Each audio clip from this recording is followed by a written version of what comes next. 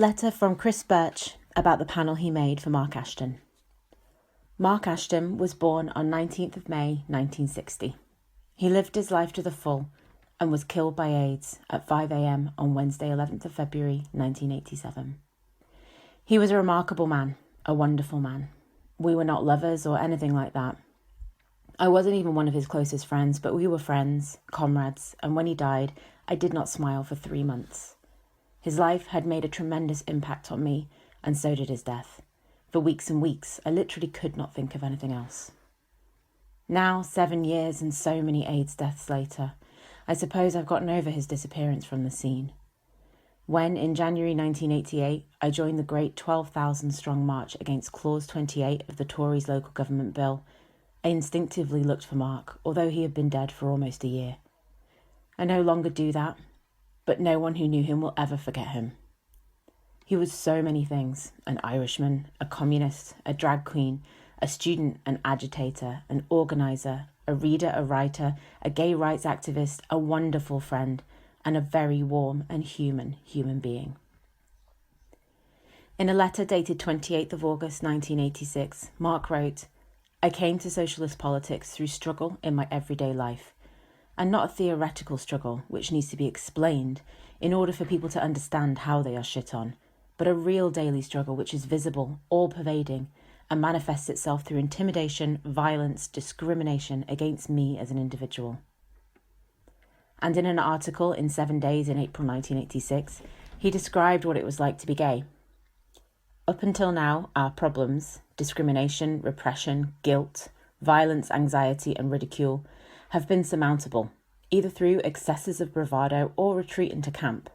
But AIDS, this is frightening, because unlike all the other threats, trials, and tribulations which are part and parcel of our daily lives, we aren't yet sure how to respond. We could be infected by the virus from our lovers. Should we be infected, we could go on to develop AIDS, and if we develop AIDS, we will probably die." On 30th January 1987, AIDS was diagnosed.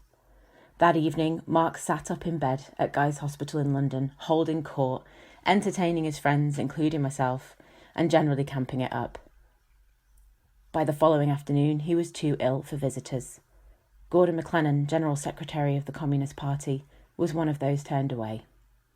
11 days later, at 5 a.m. on Wednesday 11th of February, Mark died. He was 26. A lot had been packed into those 26 years. Mark came from Portrush in Northern Ireland. In 1982, he spent 3 months in Bangladesh, and the dreadful poverty he saw there had a profound effect on him. When he came back to London, he joined the Young Communist League and the Communist Party.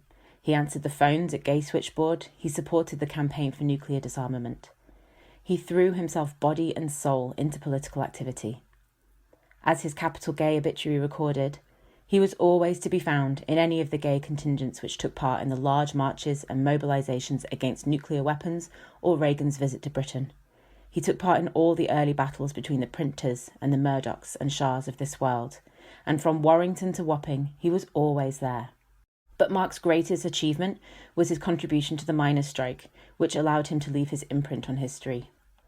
Together with Mike Jackson, Mark founded and inspired Lesbians and Gays Support the Miners, one of the most remarkable products of the 1984 and 85 coal strike. Not only was an incredible £22,000 raised for the miners and their families in the course of a few months, but of more lasting importance, anti-gay prejudice was destroyed, and strong links forged between the lesbian and gay communities and the mining communities of South Wales. It was at this time that Mark came to seek my advice, and I got to know him. But I learned more from him than he could have ever learned from me. When Mark died, his friends set up the Mark Ashton Trust to raise money for people with AIDS. The trust produced and sold a t-shirt, the logo from which forms the centrepiece of my memorial panel. The Communards dedicated their album Red to Mark.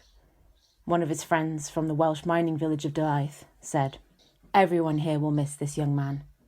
He was so active and spent a lot of time with our families. The Lesbian and Gay Support Group has visitors regularly since the strike. The South Wales Miners' Reunion will not be the same without him. We all thought he was great. Everyone who knew him thought he was great." Chris Birch, April 1994.